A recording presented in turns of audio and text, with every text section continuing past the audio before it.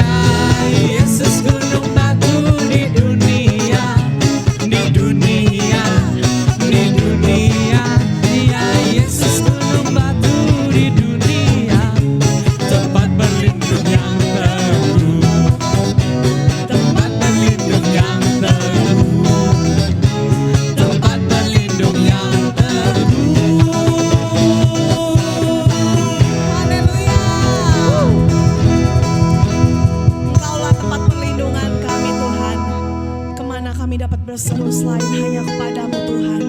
Hanya kepadamu kami dapat mengangkat tangan kami. Hanya kepadamu setiap lutut bertekuk Tuhan. Hanya kepadamu kami berseru. Karena kami tahu Tuhan, kuasa-Mu tidak terbatas. Amin. Kuasa-Mu begitu besar, kuasa-Mu begitu luas Tuhan. Kau Allah yang dahsyat. Kami mau tenangkan hati kami. Hanya kepadamu Tuhan, kami berharap. Kaulah penyelamat kami, Kaulah juru selamat kami.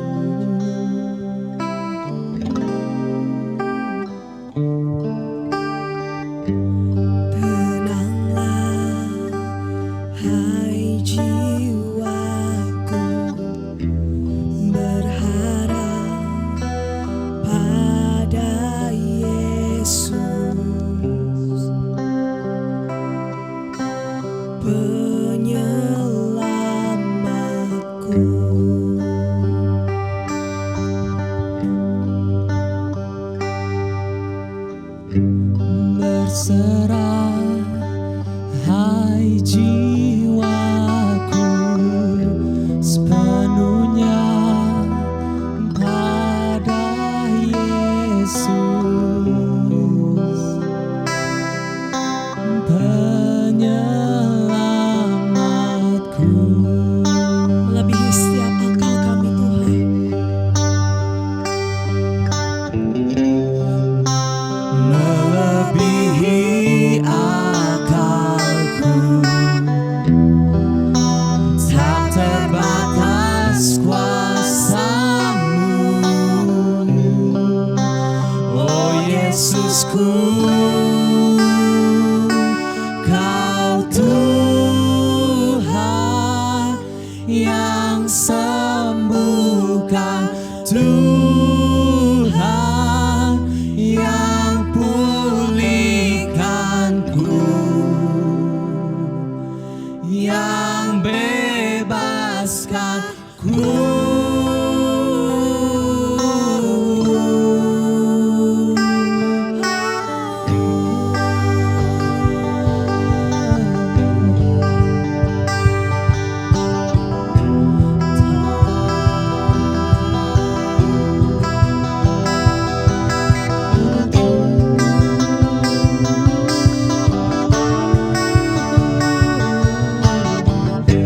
Tenanglah, hai jiwaku, berharap pada Yesus,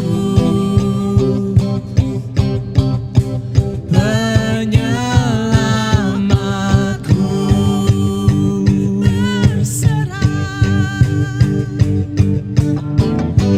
Berserah, hai jiwaku, sepenuhnya pada Yesus. Kami katakan Kaulah penyelamatku. Oh, karena tak terbatas kuasa-Mu Tuhan. Melebihi akalku, tak terbatas kuasa-Mu, oh Yesusku.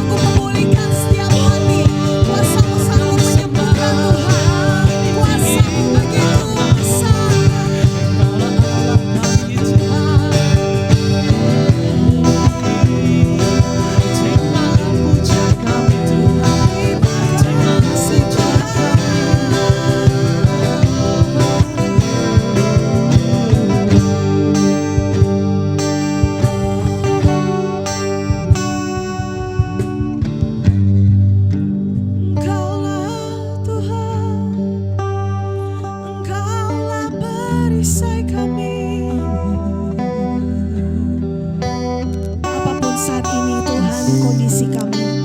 Meskipun kami diterpa badai yang silih berganti, tapi kami tahu Tuhan, Engkaulah perisai kami.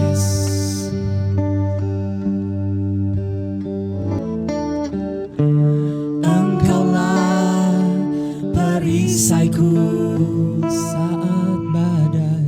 saat badai hidup menerpaku. Janjimu di dalamku pulihkan jiwaku,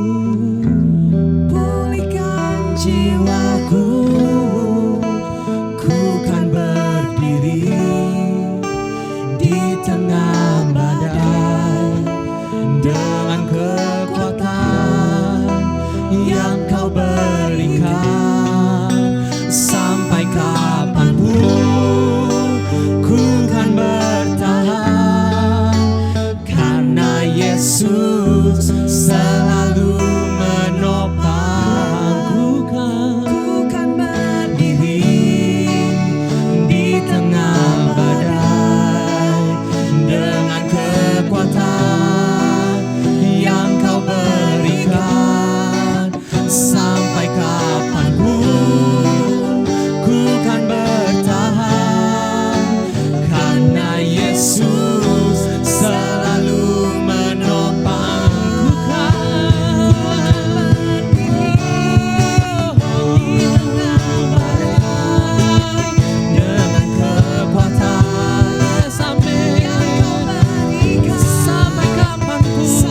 kapanpun ku kan bertahan, karena Yesus selalu menopang. Ku kan berdiri, amin, amin, badai dengan kekuatan yang Kau berikan.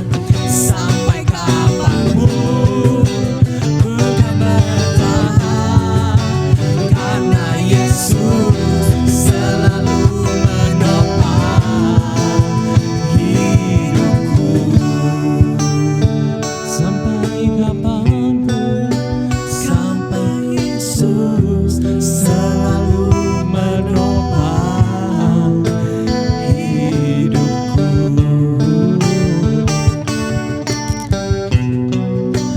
Karena Yesus selalu menopang hidupku.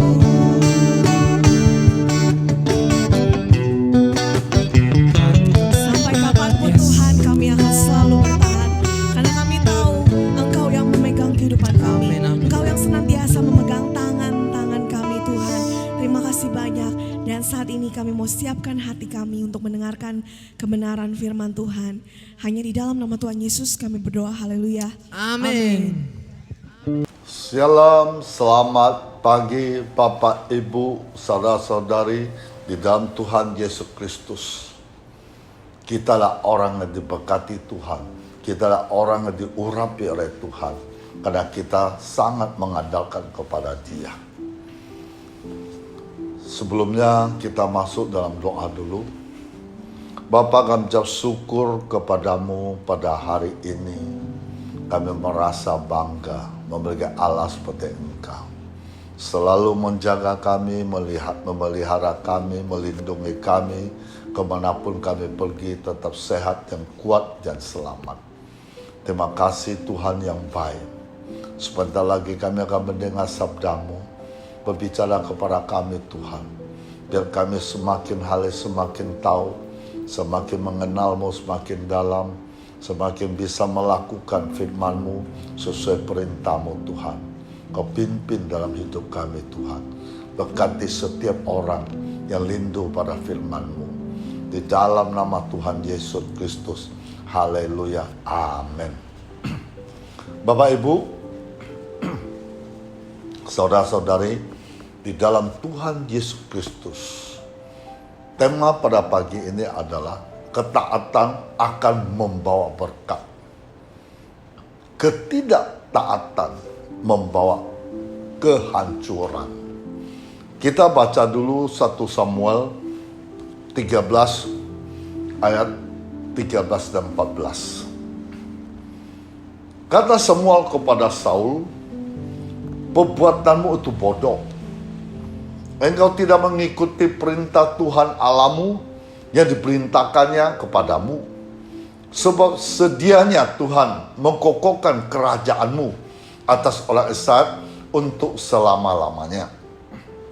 Tetapi sekarang kerajaanmu tidak akan tetap.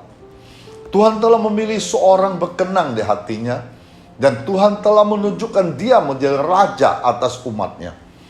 Karena engkau tidak mengikuti apa diperintahkan Tuhan kepadamu. Karena ada banyak contoh di mana setelah orang mencapai sesuatu dengan gemilang, mereka akan terlena dan akhirnya jatuh dan binasa. Ketika orang sudah mencapai sukses, mereka lupa menjaga kesuksesan itu dengan baik. Mereka terlena mengira semuanya sudah selesai. Ada yang jatuh pada ketamakan, ada yang jatuh pada kesombongan. Saul awalnya adalah seorang yang diurapi Tuhan. Saul adalah seorang muda, elok rupanya, badannya lebih tinggi daripada setiap orang. Kita baca 1 Samuel pasal 9 ayat 2. Orang ini ada anaknya laki-laki namanya Saul. Seorang muda yang elok rupanya. Tidak ada seorang pun dari antara orang Israel yang lebih elok daripadanya. Dari bahu ke atas ia lebih tinggi daripada setiap orang sebangsanya. Bapak, Ibu, saudara-saudari kasih Tuhan, Saul juga dikenal sebagai pribadi yang paling rendah hati. Kita baca lagi 1 Samuel 9 ayat 21. Tetapi jauh Saul, bukankah aku seorang suku Benyamin, suku yang terkecil di Israel? Dan bukankah kaumku yang paling hina dari segala kaum suku Benyamin? Mengapa Bapak berkata demikian kepadaku? Nah, Bapak, Ibu, saudara kasih Tuhan, ini membuktikan Saul menunjukkan dirinya rendah hati. Dan Saul juga penuh roh Allah seperti Nabi. Kita baca lagi 1 Samuel 10 ayat 10 sampai 13. Ketika mereka sampai di Gebea dari sana, maka bertemulah ia dengan serombongan nabi. Roh Allah berkuasa atasnya, dan Saul turut kepenuhan seperti nabi di tengah-tengah mereka. Dan semua orang mengenalnya dari dahulu, melihat dengan heran bahwa ia bernubuat bersama dengan nabi-nabi itu. Lalu berkatalah orang banyak yang satu kepada yang lain, apakah gerangan yang terjadi dengan anak Kis itu? Apa Saul juga termasuk golongan nabi? Lalu seorang dari tempat itu menjawab, siapakah bapak mereka? Itulah sebabnya menjadi peribahasa, apa Saul juga termasuk golongan nabi? Ayat 13, setelah habis ia kepenuhan seperti nabi, pulanglah Saul. Bapak, Ibu, saudari kasih Tuhan, Saul mengawali segalanya dengan gembira.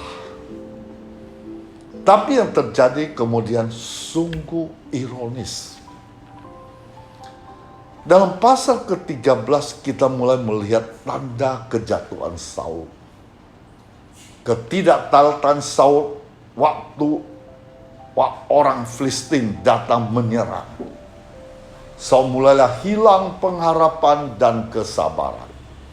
Karena gentar menghadapi bangsa Filistin dan khawatir tidak didukung oleh bangsanya.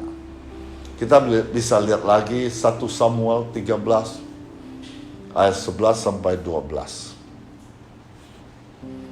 Tetapi kata Samuel, apa yang telah kuperbuat? Apa yang telah kau perbuat?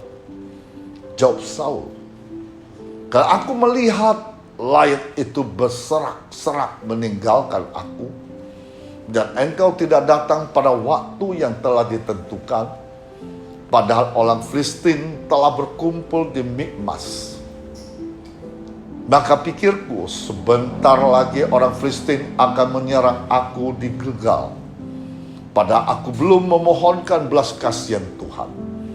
Sebab itu aku memberanikan diri, lalu mempersembahkan korban bakaran. Di sini kita melihat Raja Saul tidak lagi percaya menyalahkan segala sesuatu kepada Tuhan, melainkan mulai mencari alternatif sendiri, merupakan hal yang jahat di mata Tuhan. Samuel pun kemudian mengeluarkan kecaman keras terhadap Saul. Kata Samuel kepada Saul, perbuatanmu itu bodoh. Engkau tidak mengikuti perintah Tuhan Allahmu yang diperintahkannya kepadamu. Sebab sedianya Tuhan mengkokohkan kerajaanmu atas orang Israel untuk selama-lamanya. Tapi sekarang kerajaanmu tidak akan tetap. Tuhan telah memilih seorang berkenan di hatinya. Dan Tuhan telah menunjukkan dia menjadi raja atas umatnya. Karena engkau tidak mengikuti apa diperintahkan Tuhan kepadamu. Jadi kebodohan Saul membuat awal gemilangnya kandas. Tuhan menyesal. Kita baca lagi 1 Samuel 15 ayat 11. Aku menyesal karena aku telah menjadikan Saul raja, sebab ia telah berbalik dari aku dan tidak melaksanakan firman-Ku. Jadi Saul pun mati mengenaskan dengan hidupnya sendiri, karena menyela kalah, seperti yang dapat kita baca dalam 1 Samuel 31 ayat 4. Lalu berkatalah Saul kepada pembawa senjatanya, hunuslah pedangmu dan tikamlah aku, sebab jangan datang orang-orang yang tidak bersunat itu menikam aku, memperlakukan aku sebagai permainan. Tetapi pembawa senjatanya tidak mau, karena ia sangat segan. Kemudian Saul mengambil pedang itu, menjatuhkan dirinya ke atasnya. Bapak, Ibu, saudara-saudara dikasih Tuhan, demikianlah Saul mati karena perbuatannya yang tidak setia terhadap Tuhan. Karena Saul tidak berpegang pada perintah Tuhan. Dan juga karena Saul telah meminta petunjuk dari arwah dan tidak meminta petunjuk dari Tuhan.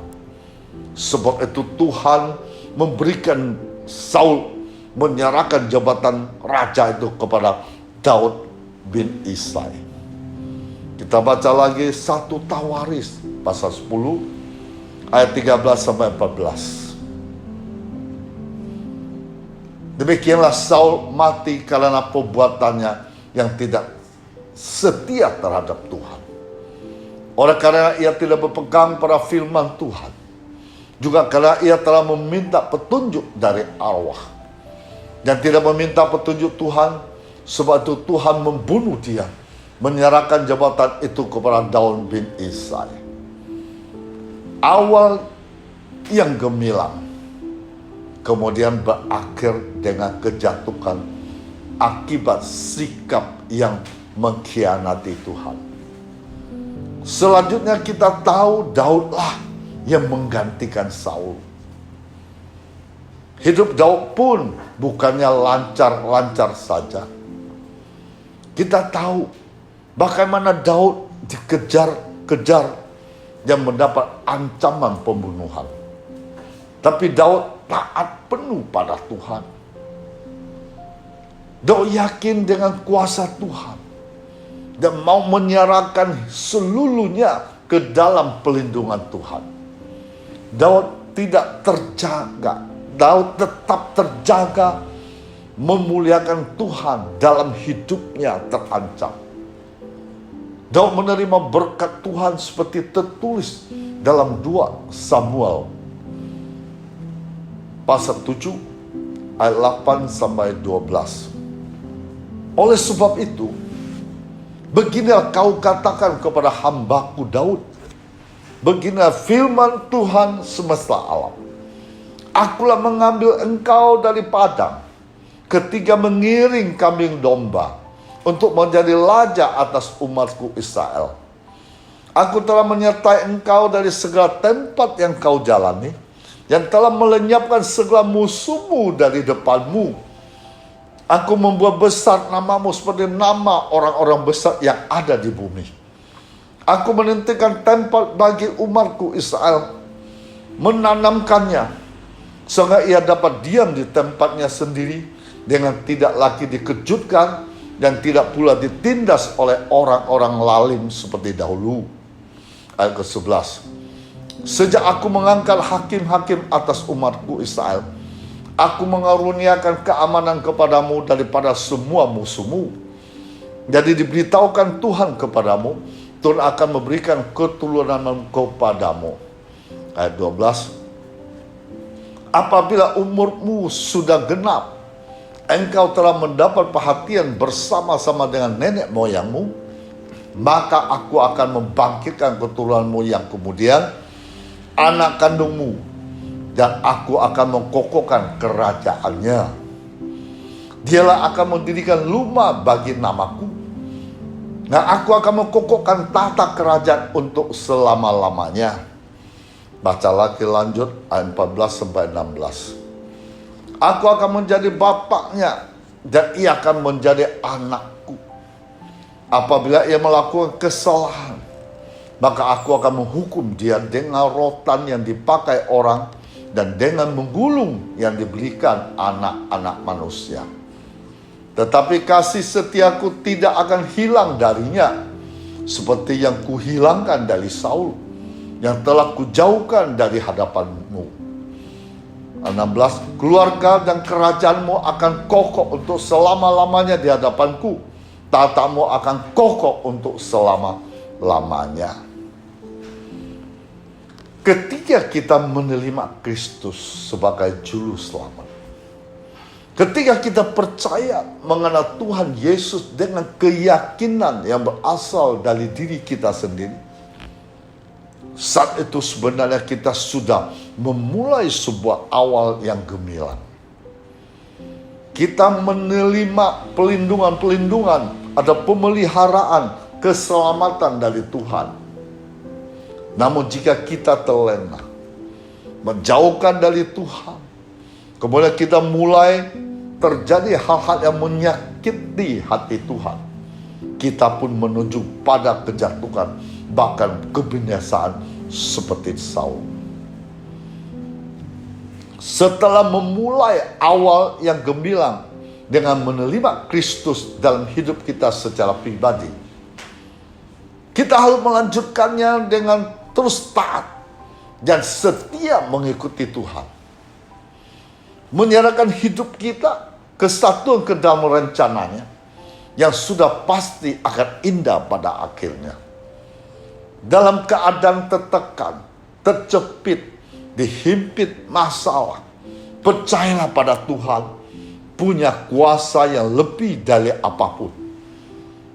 Dan Tuhan sanggup rilis Anda dan saya tepat pada waktunya. Jangan tergiur mencari alternatif lain karena tidak sabar. Atau ketika hidup sudah aman, janganlah lupa untuk terus bersyukur kepada Tuhan. Jadikan Tuhan atas hidup kita, baik dalam suka maupun duka, agar kita bisa mengakhiri awal yang gemilang dengan akhir gemilang pula. Jangan pernah mengalami pengalaman Saul yang kehilangan segala berkat Tuhan karena kebodohannya sendiri. Lewat kisah Saul hari ini, kita sudah melihat kerugian atau akibat hal kita tanggung jika kita melupakan atau mengkhianati Tuhan? Sudahkah kita taat bergantung pada Tuhan? Atau masih bergantung pada hal-hal lain di luar Tuhan? Semua tergantung keputusan kita sendiri. Jangan lupa untuk terus bersyukur kepada Tuhan. Akhirilah awal yang gemilang dengan akhir yang gemilang pula. Pertama, jangan sangat arogan, pencemburu, paranoid, mudah mengalami perubahan suasana hati. Kedua, jangan bertindak tanpa terpikir terlebih dahulu. Tanpa pikir panjang, ia akan memutuskan dalam situasi salah dan keliru. Hal ini merupakan cara kita mengabaikan otoritas Tuhan yang ada di dalam hidup kita dengan sikap yang tidak taat. Yang ketiga, jangan menolak suara Tuhan. Kita harus bergantung pada Tuhan. Harus mengandalkan seluruh hidup kita pada Tuhan. Dalam mendengarkan suara Tuhan, kita harus melawan keinginan pribadi, ego, dan pengetahuan diri kita sendiri. Kemudian, andalkan Tuhan dalam setiap langkah. Seperti itulah kekuatan telah Tuhan berikan dalam kehidupan kita. Bapak, Ibu, saudara dikasih Tuhan. Saya kasih contoh ketaatan mendatangkan berkat. Saya ambil Rut adalah salah satu sosok mengalami depresi atau putus asa. Masa sulit yang dihaluskan Rut dimulai sejak kematian suaminya. Sejak itu Rut mengalami kesulitan secara ekonomi. Setelah itu dia harus mendengar ibu mertuanya memutuskan untuk meninggalkan Moab dan kembali ke tanah kelahirannya. Tanpa pasangan, dan harus meninggalkan tanah kelahirannya dengan seorang wanita tua. Bayangkan betapa berat beban yang dipikul oleh Rut saat itu. Menghadapi keadaan yang sangat menakutkan. Di negeri asing tanpa pasangan. Dia tak bisa melakukan apa-apa selain menangis dan meratap. Sayangnya dia tetap memutuskan untuk melayani ibu mertuanya. Pada akhirnya Tuhan hadir memberkati dia. Dia bahkan bertemu dengan pasangan suami. Mereka hidup sangat bahagia. Saat di dalam keadaan sulit, Rut tidak langsung melihat Tuhan menyediakan hal yang baik. Tapi justru dengan melewati masa itu dengan setia, Rut menemukan hal yang tak terduga di depan. Dan kita harus memandang hidup ini tidak hanya terpaku kepada diri sendiri, namun harus mulai melihat keluar. Perasaan depresi bisa hilang ketika seseorang mulai mengalihkan fokus dari dirinya sendiri, memusatkan perhatian kepada Kristus. Alkitab penyataan bahwa Allah tidak pernah mengizinkan datang percobaan melebihi kemampuan kita. Sekalipun depresi, krisis dosa, kita harus bertanggung jawab dalam memberi respon terhadap kesulitan kita, termasuk mencari pertolongan yang dibutuhkan. Ingatlah bahwa keadaan seorang membuatmu depresi terjadi untuk mendorong iman kita terus naik. Bukan sebaliknya memilih menyerah, mengambil keputusan bertolak belakang dari firman Tuhan. Sebab itu kita lihat lagi Ibrani 13 ayat 15. Sebab itu marilah kita oleh Dia senantiasa mempersembahkan korban syukur kepada Allah, yaitu ucapan bibir memuliakan namanya. Amin. Tuhan memberkati kita semua. Renungan firman Tuhan pada pagi ini sampai di sini. Mari kita masuk dalam doa. Tuhan, terima kasih lewat firman-Mu kami semakin lebih mengerti lagi ketaatan membawa berkat, ketidaktaatan membawa kehancuran. Kami sudah melihat dua tokoh besar ini antara Saul dan Daud. Daud yang mengasihi-Mu, Daud yang menuruti segala perintah-Mu, sehingga dia mendapat berkat yang luar biasa dari-Mu. Dan Saul, karena dia tidak mendengar suara-Mu, mengkhianati Engkau, sehingga dia mendapat celaka yang luar biasa. Terima kasih Tuhan, hari ini kami sudah bisa membedakan tentang ketaatan yang tidak ketaatan. Kami mau seperti keteladanan Daud, begitu setia mengasihi-Mu, taat segala perintah-Mu. Hari hidupnya Engkau jagai, Engkau lindungi, bahkan Engkau memberkati dia luar biasa. Ya Tuhan, hari ini Engkau juga melihat sekian banyak orang ikut live streaming ini. Engkau mengerti masalah, persoalan, tantangan hidup, sakit penyakit, ekonomi, bisnis ya Tuhan. Hamba sangat percaya Engkau Tuhan yang luar biasa, yang penuh kasih, yang Engkau bisa melihat dari surga ke bawah, bisa melihat hati kami, iman kami. Orang yang setia, orang selalu mengandalkan kepadamu. Engkau selalu ada bersamanya. Engkau pasti memberkati apa yang mereka inginkan, rindukan, cita-citakan akan tercapai. Kalau alam semesta ada milik-Mu, Engkau sanggup melakukan segala-galanya. Ulurkan tangan-Mu Bapa di surga yang penuh perkasa. Jamah satu persatu orang-orang yang mengasihi-Mu dengan setia. Memberkati orang-orang yang setia kepadamu. Sembuhkan orang-orang yang sakit penyakitnya. Banyak permasalahan, persoalan apapun, Kau tunjukkan jalan terbaik bagi mereka. Karena Engkau Tuhan, Allah yang pencipta langit dan bumi. Allah yang turut bekerja mendatangkan kebaikan setiap orang yang mengasihi-Mu Tuhan. Terima kasih Tuhan Yesus Kristus yang baik. Haleluya. Amin. Mari kita arahkan tangan kita ke atas. Kita terima berkat dari surga. Terimalah damai sejahtera Allah Bapa kita di surga. Cinta kasih Tuhan Yesus tidak pernah berkesudahan. Persekutuan dengan Roh Kudus hari ini sampai Maranatha. Di dalam nama Tuhan Yesus, yang percaya katakan amin. Haleluya.